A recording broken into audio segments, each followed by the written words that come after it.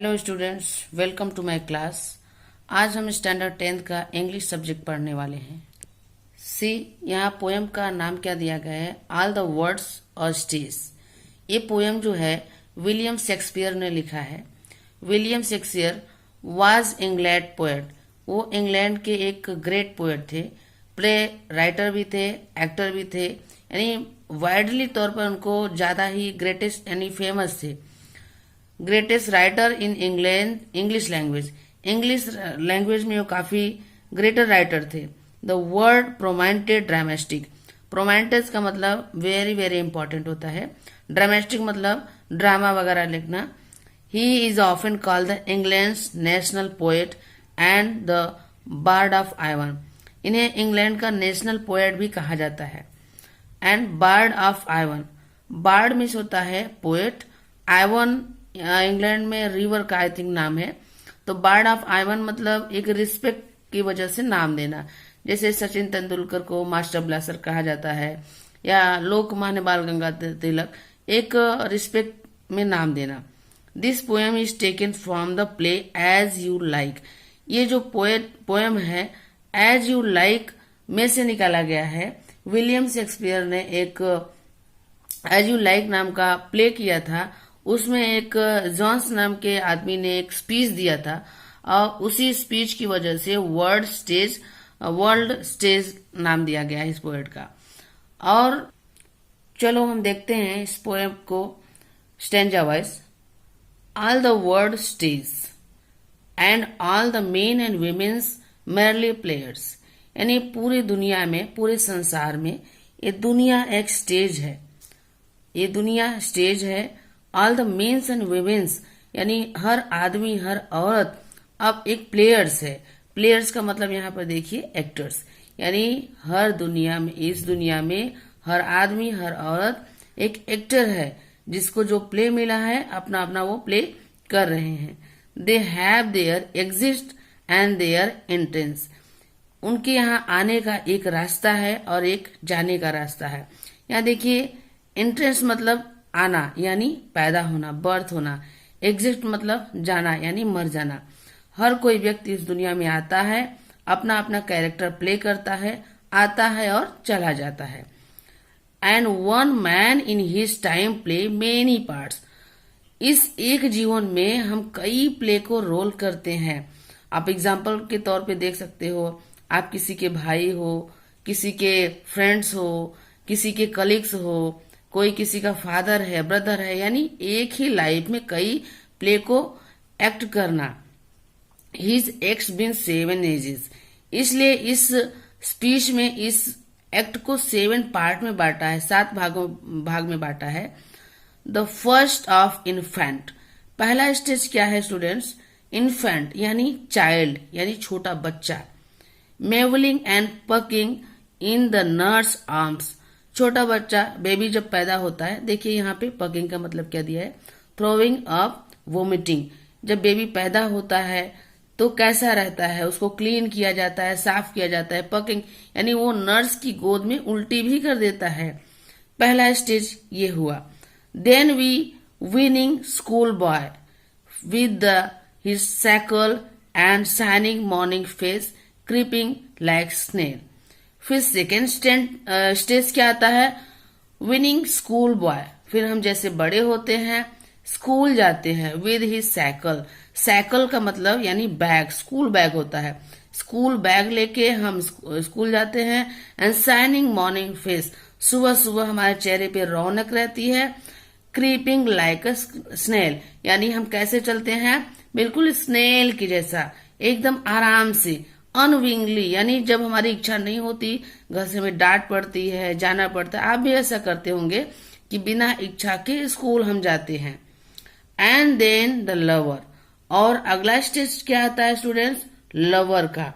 Singing like a furnace with the woeful ballad. Lover यानी किसी से प्रेम होना, किसी के प्रति अट्रैक्शन होना। फिर हमारा अगला स्टेज आता है लवर का। जब हम बड़े हो जाते हैं, यानी हम थोड़ा यूथ हो जाते हैं, तो हम गाना भी गाते हैं, एंजॉय भी करते हैं, मस्ती भी करते हैं। वाफुल वैलेड वाफुल बैलेड मतलब सैड पोएम। जब किसी से किसी को लव होगा तो सैड थिंकिंग भी आएगी, तो हम सैड सॉन्ग भी गाते हैं। Made his mistress eyebrow then soldier. फिर क्या होता है, हम अपने ही यादों में खोए रहते हैं, हमको टेंशन होता है, हमारा वो सारा एक्सप्रेशन हमारे फेस पे आता है। देन अ सोल्जर, फिर हमारा फोर्थ स्टेज क्या आता है, सोल्जर का आता है। सोल्जर यानी सैनिक जो देश की रक्षा करते हैं। Full of strength oath and bear like a part, यानी हमारे उस स्टेज में हमारे अंदर फुल ऑफ स्ट्रेंथ, बहुत सारी पावर होती है। कस्में खाते हैं, ओथ यानी कस्में खाते हैं। Bear like a part, part मतलब कह सकते हैं कि लियोपार्ड का आर्चिक नाम है, पुराना नाम है लियोपार्ड। लियोपार्ड के जैसे, एक शेर, एक चीता के जैसे हमारे अंदर पावर आ जाती है, कस्में खाते हैं और अपने देश की सेवा करते हैं। फिर jealous in honour, sudden and quick and quarrel. इस स्टेज में अगर हमारे ऑनर के ऊपर कोई बात आती है, अगर हमारे सम्मान के खिलाफ कोई बात आती है, तो हमें जेलस फील होता है, अच्छा फीलिंग नहीं होता है। सडन क्विक एंड क्वेरल, जल्दी से हम क्वेरलिंग करना, झगड़ना, आर्गुमेंट करना शुरू कर देते हैं अगर हमारे ऑनर पे कोई बात आता है। सीकिंग द बबल्स रेपुटेशन, यानी हमारा रेपुटेशन न खराब हो, इसके लिए हम कोई भी एक्शन ले सकते हैं। बबल्स यानी कि हम अपने लाइफ को कह सकते हैं, लाइफ को डेंजर में भी डाल सकते हैं। Even in the cannon's mouth, यानी हम ये है कॉनन्स माउथ, देखिए यहाँ पे facing great danger to life. अगर हमारे ऑनर पे कोई बात आती है तो हम अपने लाइफ को डेंजर में भी डाल देते हैं। एंड देन द जस्टिस, उसके बाद अगला स्टेज आता है जस्टिस। जस्टिस का मतलब आप जानते हैं, न्याय करना, यानी हमारे पास एक्सपीरियंस हो जाता है। In the fair round belly, belly means पेट। इस स्टेज में क्या होता है, हमारे अंदर काफी नॉलेज हो जाता है, एक्सपीरियंसफुल हो जाते हैं, हमारा पेट बाहर आ जाता है। With a good cannon lined, देखिए यहाँ पे with excess fat and from careless eating habits. इस स्टेज में हम अपने ऊपर ध्यान नहीं देते हैं, पेट बाहर आ जाता है, खाने पीने का कोई ध्यान नहीं रहता, नो डाइटिंग, फिगर का कोई ख्याल ही नहीं रहता। एक स्टेज ऐसा भी आता है लाइफ में। With eyes of and beard form a cut, हमारी आंखें सीरियस हो जाती हैं, यानी अगर बड़े लोगों को देखो तो उनके चेहरे से ही सीरियसपन दिखता है। Beard like a formal cut, beard मतलब दाढ़ी मूछ, उस समय हमारी दाढ़ी मूछ कैसी हो जाती है, फॉर्मल, यानी ज्यादा हम स्टाइल वगैरह नहीं करते हैं। Full of wise saws and modern instances, और हमारा जो माइंड है वो बिल्कुल वाइस यानी बुद्धिमानी से भरा हुआ होता है। और हम अपना ही एग्जाम्पल सबको बोलते हैं कि हम जब छोटे थे हमें बुक्स नहीं मिलता था, हम ऐसे पढ़ाई करते थे, यानी हम अपना ही एग्जाम्पल सबको बताते हैं और दिखाते हैं। स्टूडेंट्स देखिए फिर, and so he play his parts, और इस लाइफ में इस स्टेज में फिर ये प्ले को वो पार्ट्स करता है। द सिक्स स्टेज शिफ्ट, फिर छठवां स्टेज आता है। सिक्स स्टेज में क्या होता है, into the lean and slippers pantaloon. फिर जैसे जैसे हमारी एज ढलती है हम लीन यानी स्लिम हो जाते हैं, स्लीपर्ड हो जाते हैं, दुबले पतले हो जाते हैं। और जो पैंटलून मतलब पतलून बोल सकते हैं, जो हमारी पतलून होती है वो पूरी हमें ढीली पड़ती है, टाइट नहीं होती, फिट नहीं होती। With the spectacles on nose and pouch in side, और हमारे नाक के ऊपर चश्मा आ जाता है और हमारे एक हाथ में एक पाउच आ जाता है।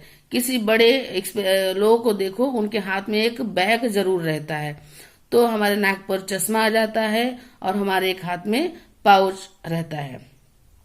His youthful hose well shave and world too wide, youthful देखिए यही close fitting covering for legs, हमारे हाथ पैर यूथफुल हमारा चला गया रहता है, बुढ़ापे की ओर हम जाते हैं, हमारे हाथ पैर बिल्कुल दुबले हो गए होते हैं। For he shrunk shank and big manly voice, हमारी जो वॉइस है, जो हमारी बहुत शेर जैसी आवाज थी, वो धीरे धीरे डाउन होने लगती है देखिए शंक मतलब लेग, नी टू एंकल, सब एकदम वीक हो गया होता है। मेनली वॉइस, ज्यादा हमारा जो आवाज है बिल्कुल वो डाउन हो गया होता है। फिर लास्ट स्टेंजा देखते हैं कि क्या होता है। देखिए स्टूडेंट्स, क्या turning again toward childish treble pipes, फिर हम उसी लाइफ में वापस आते हैं। देखिए चाइल्डिश का मतलब फिर से बचपन आना, फिर से हम बच्चों जैसा हो जाते हैं। ट्रिबल पाइप, जो हमारे आवाज वाली नली होती है वो वीकर हो जाती है। देखिए 3 टाइम वीकर देन, बहुत दुबले पतले हो जाते हैं हम। And we shall in his sound, हमारी आवाजों से, हमारे मुंह से सीटी निकलती है। कभी आप बुजुर्ग आदमी को देखो बोलते हुए, कैसा वो पावर लगा के बोलते हैं और मुंह से सांसों से सीटी निकलती है। लास्ट सीन ऑफ ऑल, और ये सब का लास्ट सीन होता है, लास्ट मोमेंट होता है। That and his stand every eventful history, ये जो हम अपने लाइफ में पूरा हिस्ट्री किए रहते हैं, जो भी कैरेक्टर प्ले किए हो रहते हैं, जो हिस्ट्री किए रहते हैं, उसका लास्ट स्टेज होता है। In the second childishness and mere oblivion, ये सेकेंड यानी फिर से हम बचपन की ओर, देखिए a return to the helpless ignorant stage of child, फिर से हम बच्चा बन जाते हैं, हेल्पलेस हो जाते हैं, बुढ़े हो जाते हैं। ओब्लियन का मतलब आप कह सकते हैं एक ऐसा स्टेज जहां पर हमें किसी भी चीज का ज्ञान नहीं होता, अनअवेयर हो जाते हैं, अनकॉन्शियस हो जाते हैं, जिम्मेदार नहीं रहते हैं। सेंस टीथ, दांत, आंख और जो भी सेंस टेस्ट, सब कुछ लास्ट रहता है। लास्ट में हमारी डेथ हो जाती है। फाइनली मैंने ये पोयम आपको बताया, आई होप आपको समझ में आया होगा। और ये जो पोयम है विलियम शेक्सपियर ने लिखा है, जो कि बहुत बड़े राइटर और ड्रामेटिक थे। इनको पार्ट ऑफ आइवन नाम से रिस्पेक्ट दिया गया था, इसलिए इन्हें इंग्लैंड का नेशनल पोएट भी कहा जाता है। Thank you very much.